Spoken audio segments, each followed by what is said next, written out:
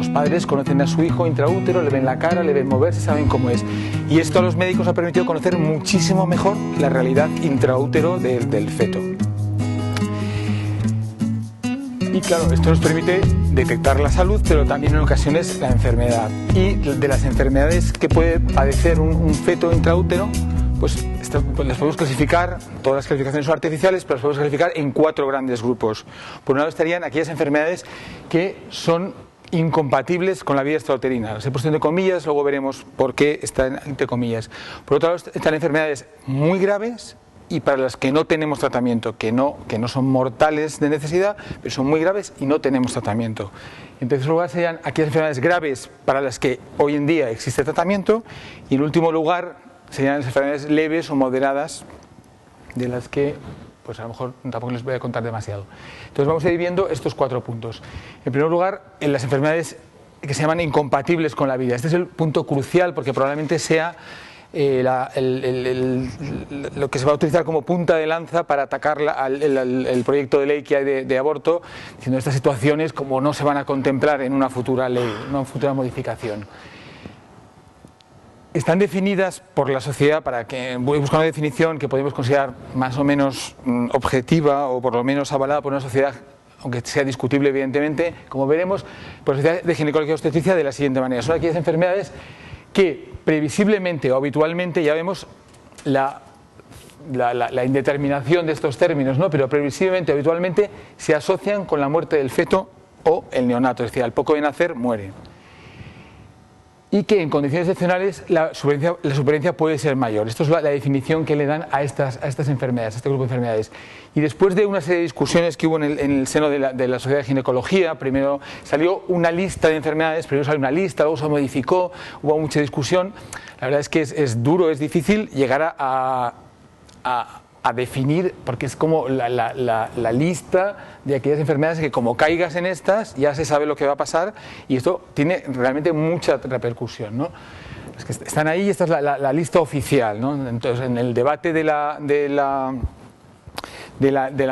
reforma de la ley del aborto, bueno, pues la presión se está haciendo sobre todo utilizando esta lista. Es inhumano, no es exigible que una mujer que esté embarazada y que su hijo tenga una de estas enfermedades, obligarle a seguir durante el embarazo, porque total estos niños caen en estas enfermedades muy graves que se van a morir intraútero, que se van a morir al poco de nacer, ¿no? Claro, vamos a ver un poco mejor la situación esta. Este es un caso siempre hay, pero es decir, ¿realmente son incompatibles con la vida? Bueno, pues hay algún caso de un niño con, a lo mejor un ejemplo de esta lista de enfermedades serían los niños con anencefalia. La anencefalia es una enfermedad en la que no existe, vamos a decirlo, cerebro, ¿no? Son niños que nacen sin sistema nervioso central.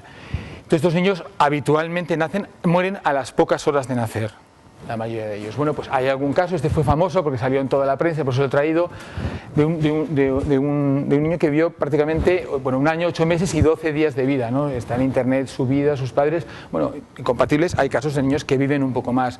En lo personal he tenido ocasión de atender algún parto de nuestros niños que han muerto a las pocas horas de vida, y para los padres es reconfortante conocerles, ponerle cara. El duelo de este niño, el de la muerte de este niño, se cierra mucho mejor, se vive mucho mejor si se le conoce. Entonces, bueno, son enfermedades incompatibles con la vida, lo cual no quiere decir que tengamos que eliminar a estos niños, ¿no?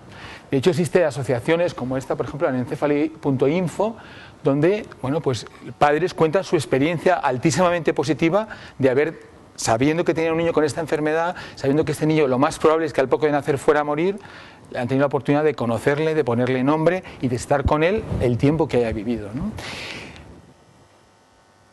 Lo menos que se podía pedir es que, bueno, pues si hay una situación de esas, se les explique a los padres que esta posibilidad también existe, porque ahora mismo tu niño es anencéfalo, tu feto le dirán que siempre es anencéfalo, no tiene ninguna posibilidad, lo mejor que puedes hacer es abortar, porque es prolongar una situación que no tiene demasiado sentido.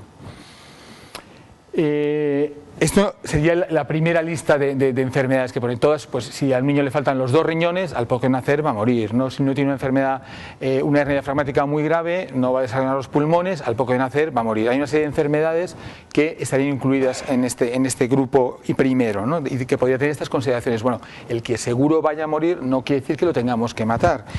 el debate estaría un poco más en aborto sí, aborto no. Aquí sería casi eutanasia sí, eutanasia no. Es una situación, la pregunta ¿es desproporcionado mantener intraútero a un niño de estos sabiendo que se va a morir? Hombre, morir nos vamos a morir todos, pues ya se morirá, ¿no? Iba a decir algo, no sé qué se iba a decir. Bueno, es igual. El segundo gran grupo sería las enfermedades extremadamente graves e incurables. Aquí veremos que también la definición que da la SEGO es una definición que no es nada estática, ¿no?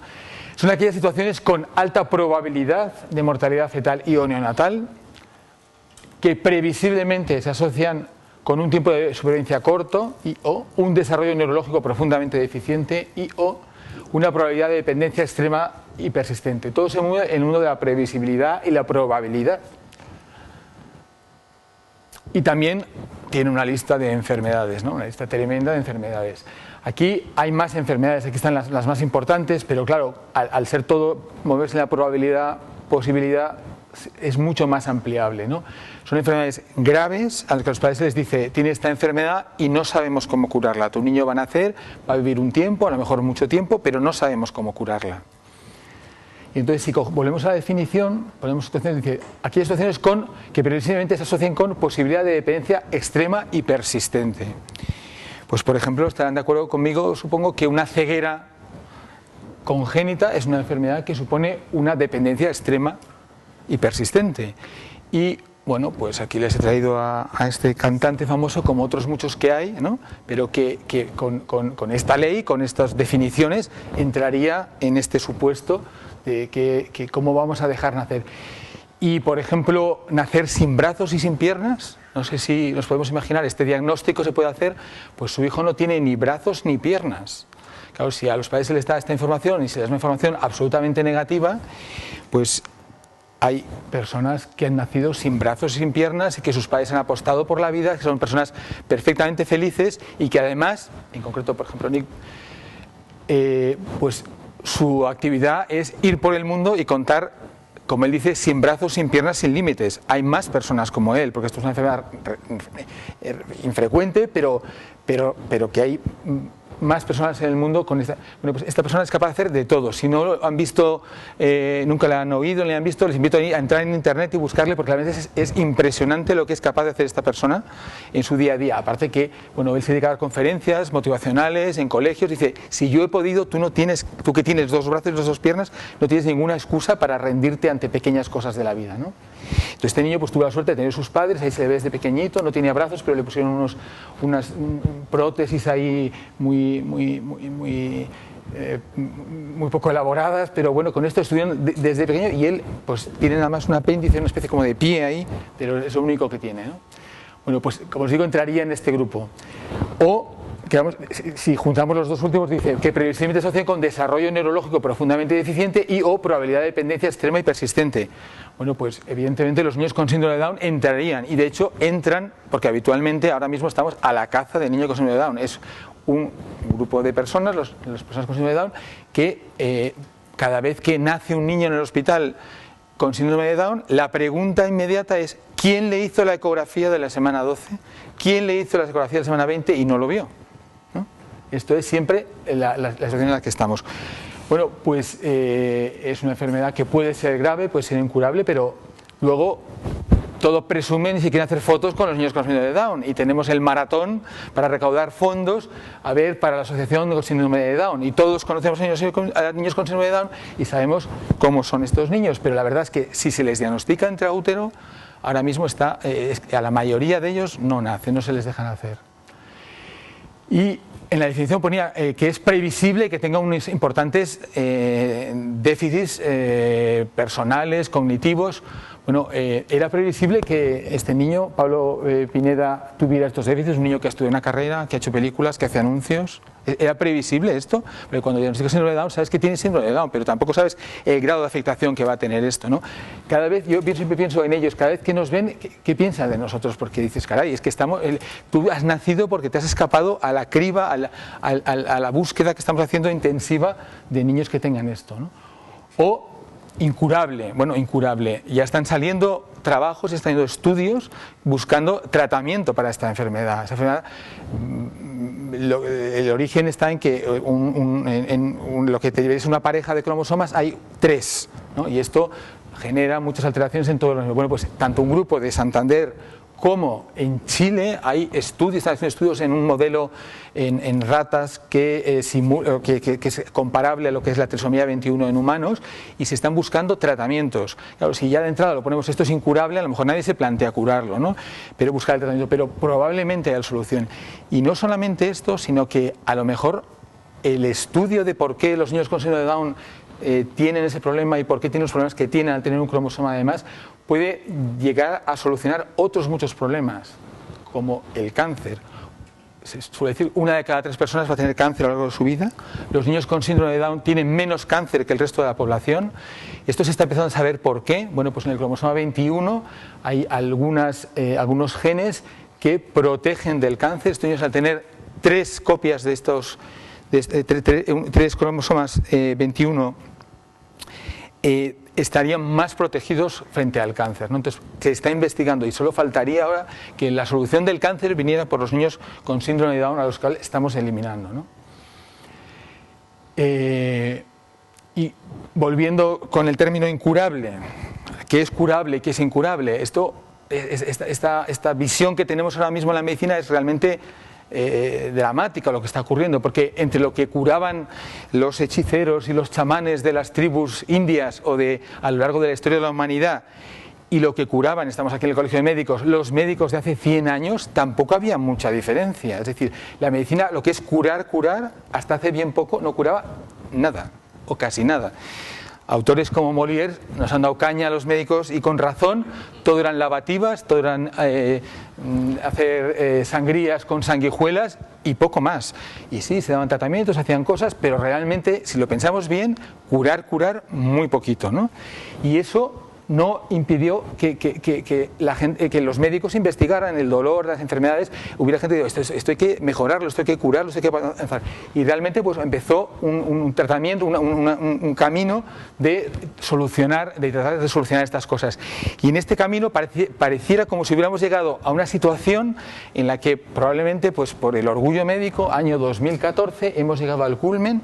Ya lo que se ha aprendido a curar en el 2014 es el culmen del conocimiento médico. Nunca se va a avanzar nada más en esto, y probablemente estamos en esa situación de orgullo médico, de decir, como hemos avanzado tantísimo en tan pocos años, las cosas que hoy en día, 2014, no somos capaces de curar, ya nunca más se van a saber curar. Ya nadie va a descubrir cómo tratar el síndrome de Down o cómo tratar esas enfermedades que hemos visto antes.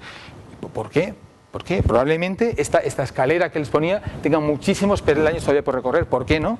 Dentro de 50 años, estoy seguro, y de 20, que dirán, pero qué cosas hacían en 2014, pero cómo trataban esta enfermedad, pero como ahora decimos de lo que hacían hace 50 años o hace 20 años, ¿no? Es decir, este recorrido es mucho mayor, pero en el día a día pareciera como si hubiéramos llegado a la situación de máximo conocimiento y que ya nunca más se pudiera llegar. Entonces, este día de incurables nos paraliza a la hora de decir, no, es que esto es incurable, no, ni siquiera vamos a pensar cómo, no, ya es incurable, ¿no? ¿Y qué ocurre? Pues esto está transformando la manera de ser y de ver las cosas los médicos, ¿no? Ahora, si al estudiante de medicina, al médico tú le dices, tú estudias medicina para curar, para tratar enfermedades. Claro, cuando te enfrentas con algo que no sabes curar, que no sabes tratar, esto es frustrante para ti. Y esto está pasando en las facultades de medicina. Al médico se le enseña a tratar y a curar enfermedades.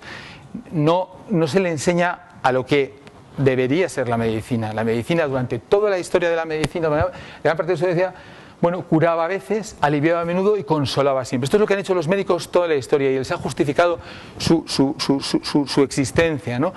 Recientemente el curar a veces se ha hecho un poquito más grande. Entonces, si un médico tiene claro que esa es su misión, esa es su profesión, ese médico se sentirá realizado en su profesión. Si al médico le enseñamos que lo único que su misión en la vida es curar, cuando no sea capaz de hacerlo, va a pasar lo que está empezando a pasar ya en muchos países, incluido en el nuestro, que si no sé curar una enfermedad, yo no quiero a este enfermo, no quiero ver a este enfermo, prefiero eliminarlo de mi vista y del mundo si puedo.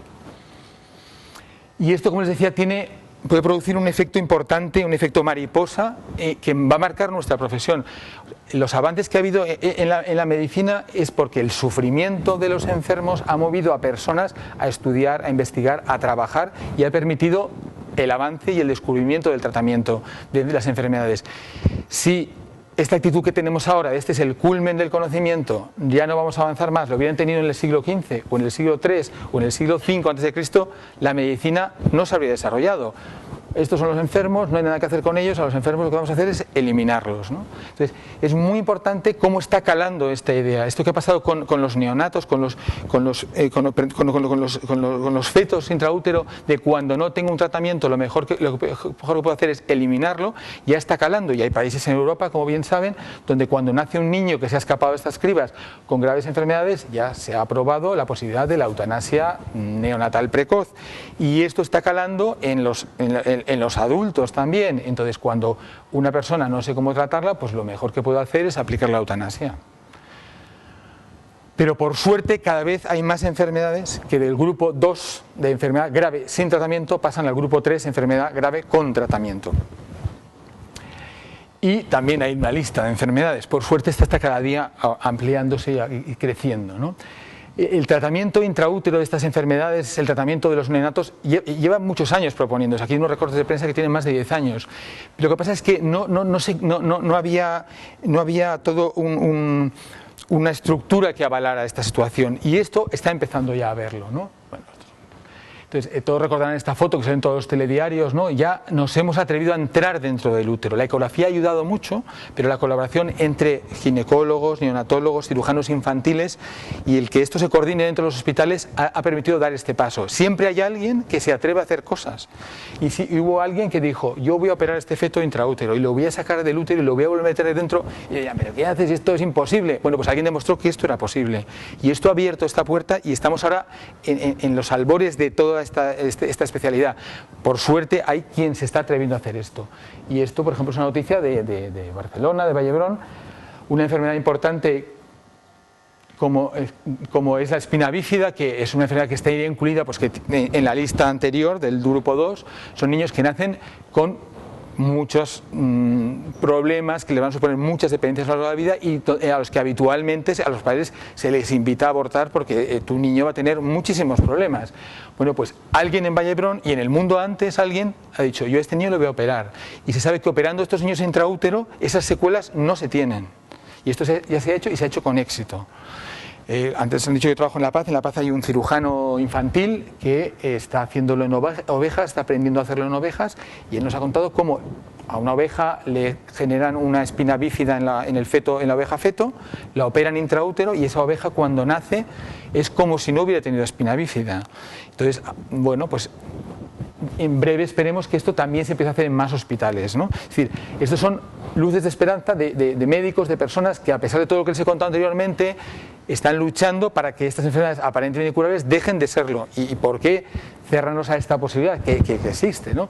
De hecho, bueno, pues existen en España ahora mismo 3 grandes grupos. Uno está en el Clínico de Barcelona, otro en Vallebrón de Barcelona y en Madrid, incipiente en mi hospital, La Paz, donde también, bueno, pues recientemente han abierto esta página web, donde invita y bueno, se abría al mundo a los padres que tengan algunos problemas a que acudan a estos centros para tratar de solucionarlos, tratar de hacer estos tratamientos intraútero que cada vez se hacen más, ¿no?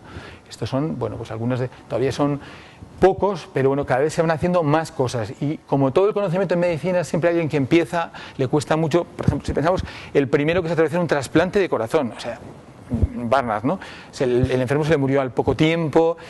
Bueno, ahora se hacen como si nada, ¿no? El primero siempre le cuesta mucho, tiene en contra a todos sus compañeros habitualmente, pero abre la brecha y se acaba consiguiendo. La tecnología también está ayudando mucho. Entonces, esta lista pequeñita, en breve esperemos que sea muchísimo más grande, ¿no?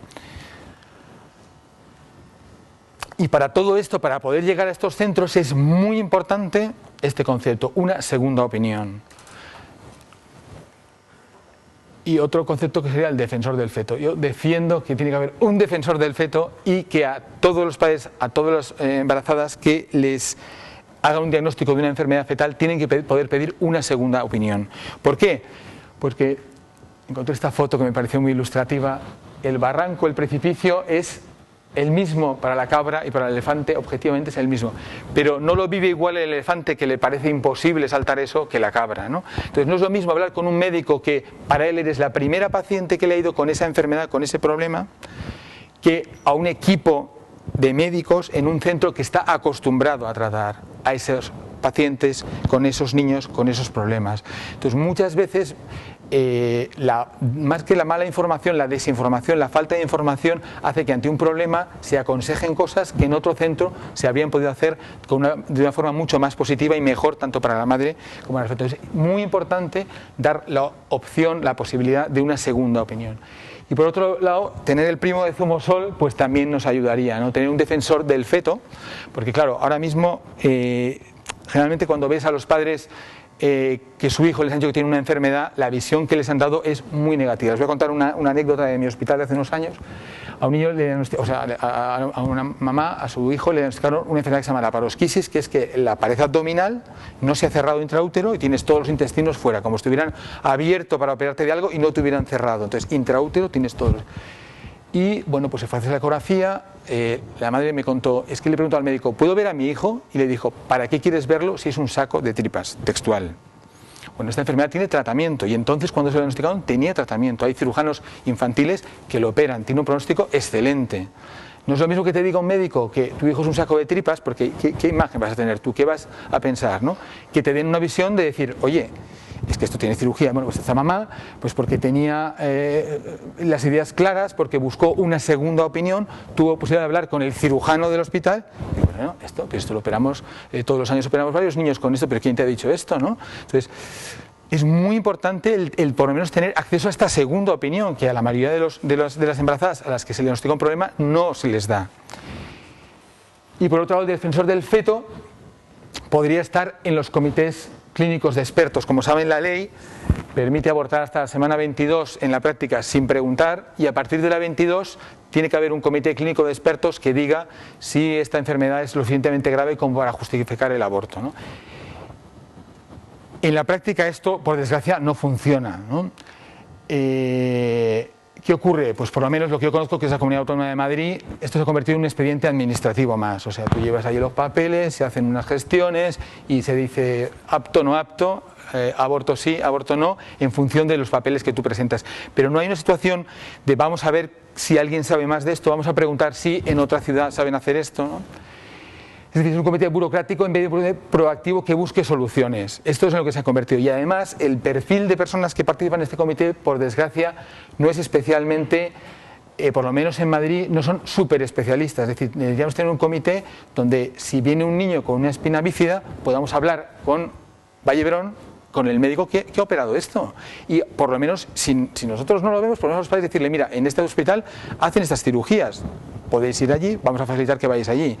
Y esto no se está haciendo. Es decir, es muy importante la segunda opinión, y sería muy importante que este comité de expertos tuviera una acción, una actitud positiva a los padres de buscar alternativas más humanas a lo que se está ofreciendo ahora. En favor o en descargo de los médicos, pues la situación en la que estamos. Ahora mismo hay varias sentencias judiciales en las que se condena cuando nace un niño con una malformación. Existe el concepto jurídico de la vida equivocada, es decir, este niño no debería haber nacido, y si ha nacido es porque el médico no le ha visto que tenía esta enfermedad, y condenan al médico. Y de estas hay unas cuantas sentencias. Entonces, esto está ahí en la mente del médico que está haciendo el diagnóstico, y dice, bueno, a ver, yo en caso de duda le meto miedo, porque luego si este niño nace y tiene un problema, me va a buscar un problema a mí. Entonces la verdad es que estas sentencias, ¿no?, de este niño no debería haber nacido, si nace un niño, por ejemplo, con síndrome de Down, y han condenado a algún ginecólogo en España porque no fue capaz de diagnosticar el síndrome de Down intraútero, y le condenan a que le pague los cuidados, la educación, no sé qué, de este niño de por vida, ¿no? Los padres, pues menudo momio tan bueno nos ha caído al final, así de curioso. Entonces, también sería importante aclarar esta situación, porque muchas veces detrás de la actitud de compañeros míos está una actitud, en el fondo, defensiva frente a no quiero tener problemas judiciales. Y por último, en cuanto al feto, pensar que, bueno, ¿qué se está haciendo con estos niños cuando se les diagnostica una enfermedad, ¿no? ¿Qué se está haciendo con ellos? Esta es la foto de lo que hacen cómo se matan las focas. Por una cuestión de rentabilidad, a las focas se les dan golpes para no estropear la piel y se las mata a golpes. Tenemos manifestaciones con cierta frecuencia de qué horror, qué estamos haciendo. ¿Qué se hace con los fetos cuando se les diagnostica una enfermedad?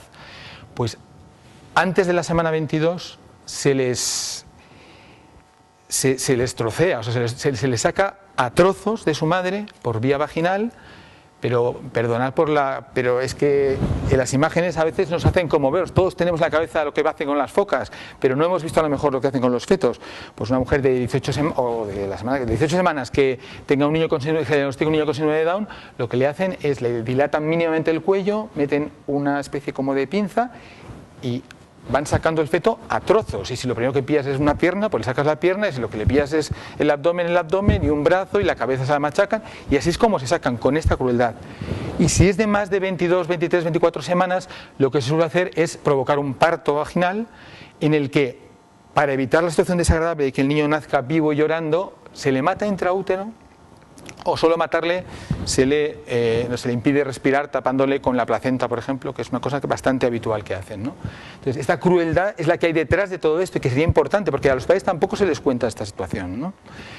Y otra cosa muy importante que hay de todo esto es que decimos, tu hijo tiene esta enfermedad, bueno, pues qué menos que poderlo comprobar y poder hacer una autopsia a tu niño si tenía o no tenía esta enfermedad. Claro, al sacarlo destrozándolo como se le saca, es imposible hacer una autopsia. Y no se están haciendo. Entonces, por la probabilidad, por la posibilidad, por el diagnóstico ecográfico de esta enfermedad, se practica un aborto y ese niño luego nunca se llega a comprobar. Y es que además nadie quiere comprobarlo, por si acaso ha habido algún error, ¿no? Esto en cuanto a la salud fetal. Salud materna, que es más cortito. Bueno, lo primero es que el aborto no cura. No cura, es decir, si la madre está enferma, si la madre es diabética, por abortar no va a dejar de ser diabética, va a seguir siendo diabética, no es terapéutico en ningún caso, ¿no? Pero es que además no existe ninguna situación en la que esto lo tengamos que plantear, es decir, no hay ninguna situación en la que realmente la vida de la madre podamos salvarla matando a su hijo. Esto es muy importante saberlo. Es verdad que hay mortalidad materna en La Paz, pues cada año o cada 2 años alguna mamá se muere. Este año se ha muerto, en el hospital no, pero en Madrid ha habido una muerte de la mujer de una persona pública que ha sido muy comentado. Y dices, pero ¿cómo se puede morir todavía una madre del parto? Bueno, pues hay muertes maternas, por desgracia sigue habiéndolas, pero todas son imprevisibles y imposibles de tratar. O sea, cuando ocurren es una cuestión accidental que no hay nada que pudiera haberla evitado por la vía de prevenirla o tratado en caso de estar en un hospital mejor o con más medios. Ocurre en una embolia de líquido amniótico, puede ser brusca, de inicio brusco y que mata a la madre en minutos, y que tengas todos los medios que tengas, a lo mejor no lo puedes tratar, ¿no? O una hemorragia cerebral que puede ocurrir en torno a un parto. Entonces la única situación es que no hubiera embarazos. Si ninguna mujer se queda embarazada no va a haber ninguna complicación de esto, eso es verdad, pero que no hay ninguna enfermedad que con el aborto podamos tratar. No hay ninguna enfermedad que por abortar, ninguna muerte materna que por abortar podamos evitar. Eso es así, ¿no? Entonces, también podemos clasificarla en 3 situaciones. Hay enfermedades preexistentes que se agravan durante el embarazo. Por otro lado, hay enfermedades o situaciones en las que se dificultan los tratamientos. Una persona que tenga una enfermedad, pues con motivo de estar embarazada, a lo mejor hay que ajustarle el tratamiento. Y en tercer lugar, habría situaciones en las que, por el hecho de estar embarazado, que es lo que les contaba ahora, se enfrenta a unas situaciones nuevas en las que puede ocurrirte algo que solo te pasa si estás embarazada. Una embolia de líquido amniótico solo te puede ocurrir si estás embarazada, ¿no? Entonces, estas serían las 3 situaciones. Voy a poner algún ejemplo. Aquí volvemos a lo mismo. Nos haría falta, ante esta situación, un defensor de la madre. Antes de un defensor del feto y un defensor de la madre les he puesto a House, no por ejemplo de nada, sino hace falta un buen médico, y más como un médico, un buen equipo médico, porque ocurre exactamente lo mismo que hemos visto antes con el elefante y la cabra. No es lo mismo tener una enfermedad, tengo lupus, soy diabética, soy hipertensa, ir a un grupo, a un médico que esto no lo he visto nunca, ¿qué haré? ¿No? Hoy lo mejor es que abortes, que ir a un grupo médico, a un gran hospital, a un gran equipo de médicos que estén acostumbrados a tratar estas enfermedades. Es de la noche al día, la visión que tienen unos, la visión que tienen otros. Y esto, por desgracia, sigue pasando. Existen grandes centros en España y en el mundo para tratar cualquier enfermedad materna que se pueda complicar durante el embarazo, pero a veces no corre la información de dónde debería yo haber ido para esto, ¿no? Entonces, de estos 3 puntos, el primero sería la descompensación de una enfermedad que existía antes, y de estas hay muchas, ¿no? Por suerte, por los avances que hemos visto antes en la medicina, mujeres enfermas que antes no sobrevivían, no pasaban la infancia, o que si la pasaban no conseguían un embarazo, ahora es una cosa habitual. Una mujer con insuficiencia renal trasplantada de riñón, antes no sobrevivía, luego sobrevivía pero era infértil y ahora se queda embarazada y tiene su niño, y esto es un avance de la medicina, ¿no? Bueno, pues estas situaciones se pueden descompensar. ¿Y cuáles hay? Pues ser diabética, ser hipertensa, ser insuficiente renal, tener problemas del corazón. Las cardiopatías pasa lo mismo, las cardiopatías se han tratado, se han operado, y ahora las personas que han nacido con una cardiopatía y que han sido operadas ya tienen edad de tener niños, y tienen niños y pueden tener niños. Y como les digo, lo que hace falta es un buen equipo médico que apoye a estas madres y que les dé la solución médica, que para eso estamos los médicos, para tratar esto, ¿no? Para los embarazos normales, pues poco hacen falta médicos. 2 ejemplos recientes de España, ¿no? Este es en Elche, una mujer operada del corazón, y uno más reciente que ha salido en los telediarios, que si no lo han visto también les invito a buscarlo en internet. Por primera vez se ha hecho una operación, no es exactamente un recambio valvular, pero casi, porque lo que han hecho es poner una válvula dentro de la válvula que tenían, perdón, que salía, a esta familia, a esta mamá. Entonces, una mamá que tiene una cardiopatía congénita, que está operada de su cardiopatía congénita, que se queda embarazada y que durante el embarazo se descompensa su cardiopatía, tiene una válvula que no es capaz de funcionar y que le está condicionando su vida. Y que es verdad que el embarazo le está condicionando su vida. Pero la solución no es que aborte, la solución es buscar una solución más humana y mejor para todos. Y ella lo explica muy bien. A mí los médicos me dijeron, mira, si quieres puedes abortar, también te podemos operar. No lo hemos hecho nunca en una embarazada, pero tenemos esta técnica. Y ella dijo, oye, pues adelante, adelante, que lo hicieron con éxito y nació su niño. Esta es la solución médica que hay que ofrecer a los padres, ¿no? Otra situación que además he vivido en directo, se las cuento como ejemplos, pero podemos estar hablando, es por ejemplo una mujer que tenga una pierna amputada. Irene Villa tiene las 2. En el hospital, en el año 2012, un día vino a urgencias una mamá recién embarazada de muy poquito, que le habían tenido que cortar una pierna por un problema médico, y acababan de ponerle, o sea, de adaptarle una prótesis a esa pierna, y estaba empezando a aprender a andar con la pierna izquierda ortopédica y su pierna derecha. Como del muñón de la cirugía le producía muchos dolores, estaba con mucha medicación, se queda embarazada y el médico que la ve le dice, tú tienes que abortar, porque toda esta medicación que has tomado es malísima, y además ahora que estás aprendiendo a andar con la pierna que te hemos puesto esta otra, con el embarazo esto se va a descompensar y va a ser fatal, tú tienes que abortar. Esta chica, bueno, pues fue a urgencias, pues le habían dicho esto, no sabía qué hacer, fui allí y bueno, pues coincidimos y hablando.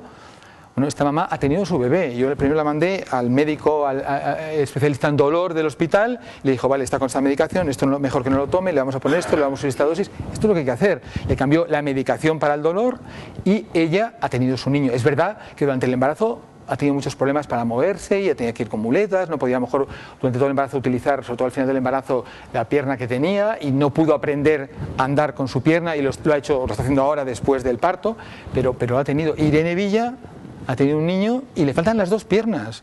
Pero esto ha pasado en Madrid 2012, que un médico le ha dicho, tú lo que tienes que hacer es abortar. Ahora que te acabamos de poner la pierna esta, lo que tienes que hacer es abortar. Esta chica encima tenía una historia de esterilidad importante, le han dicho que no se podía quedar embarazada y claro, ya ni pensó, pero se quedó embarazada justo después de esta situación, ¿no? Entonces volvemos a lo mismo, hace falta equipos médicos acostumbrados y con visión positiva y más humana de esta realidad. El segundo grupo sería cuando hay interferencias con el tratamiento que está tomando. Entonces, todas estas pacientes toman medicación, bueno, pues hay que adaptarlo, hace falta aprender que algunos medicamentos es mejor no tomarlos en el embarazo, y todo esto se sabe, y se sabe cómo hacerlo, ¿no? Una situación práctica de esto sería mejor el cáncer de mama. Los embarazos, los niños cada vez se tienen más tarde, el cáncer de mama cada vez lo vemos en mujeres más jóvenes, y con cada vez más frecuencia vemos la coexistencia de cáncer de mama y embarazo. Bueno, pues esto hace unos años era qué horror, cáncer de mama, embarazo, el embarazo, las hormonas suben, el cáncer de mama tiene que ver con las hormonas, lo mejor que puedes hacer es abortar. Esto está demostradísimo que no es así. Y ahora mismo un cáncer de mama se puede tratar igual que en una no embarazada, en una mujer embarazada. Se puede operar, se puede dar quimioterapia, se puede hacer lo que haga falta y se puede manejar perfectamente. De hecho, pues aquí tienen este trabajo de 2010, que es de una reunión de consenso europea, que los principales grupos de cáncer de Europa, y este trabajo publicado recientemente por el grupo de Vall-d'Hebron, donde viene a decir lo mismo. Si quiere abortar, será una cuestión que la madre quiera abortar, pero no hay ninguna indicación médica para hacerlo. Y todavía se está asustando y se está diciendo a las madres que lo mejor que puedes hacer es abortar ante esta situación, porque vamos a manejar mejor el cáncer. No es verdad. Y por último, sería nuevo riesgo. Es decir, si yo no voy en moto, no voy en bicicleta, no voy a tener accidente de moto ni accidente de bicicleta. Si me quedo embarazada, podré tener los problemas de las embarazadas, ¿no? Y para ilustrarlo, un ejemplo que también lo tenemos ahí, que de vez en cuando lo vemos, sería la situación de las cesáreas. A las madres les asusta con solo se pueden tener 3 cesáreas. ¿Dónde vas con la 3ª cesárea? Este año he vivido un caso de 5ª, 6ª cesárea en los que, bueno, pues le han dicho, es que te vas a morir, es que se te va a romper el útero.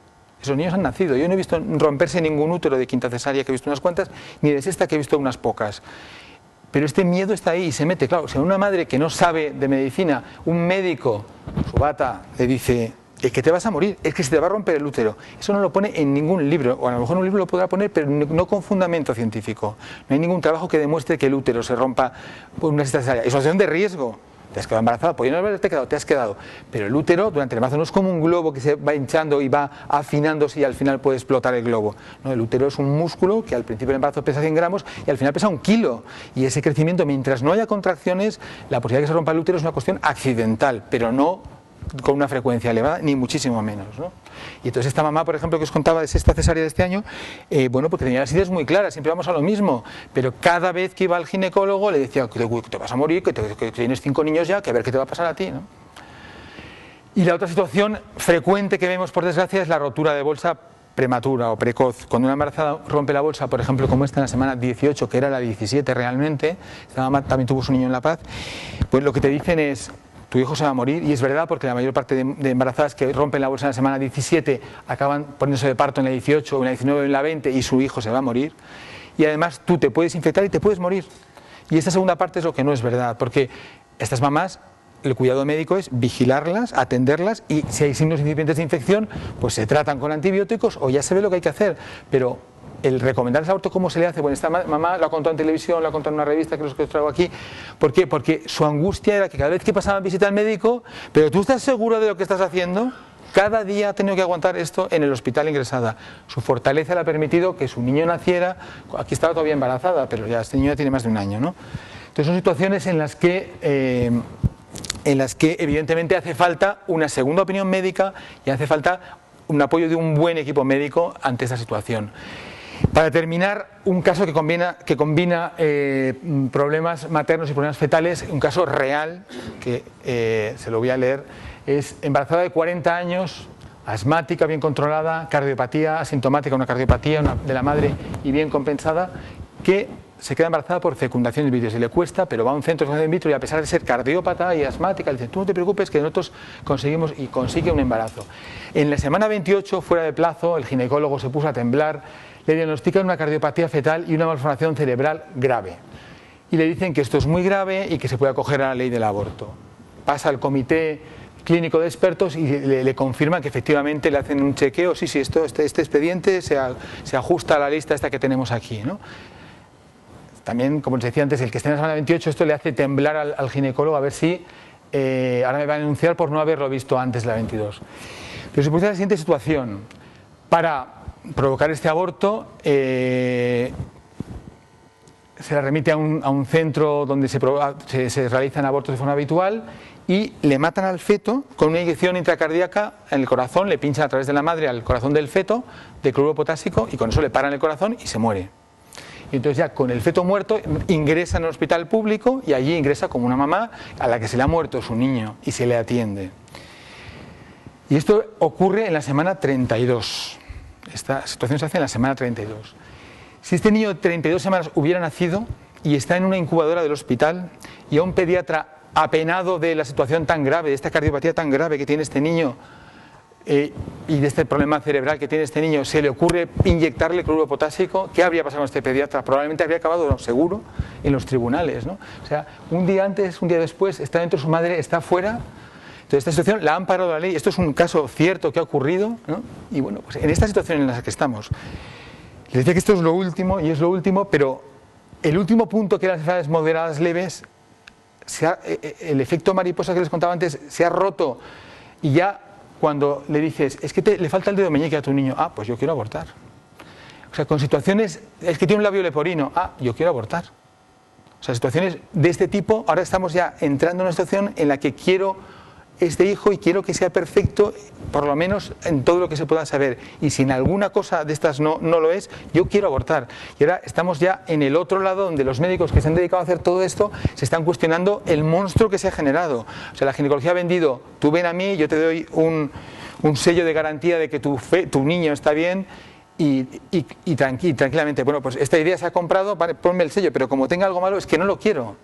Reset, es un poco la idea del ordenador. Yo me reseteo y ya tendré otro, ¿no?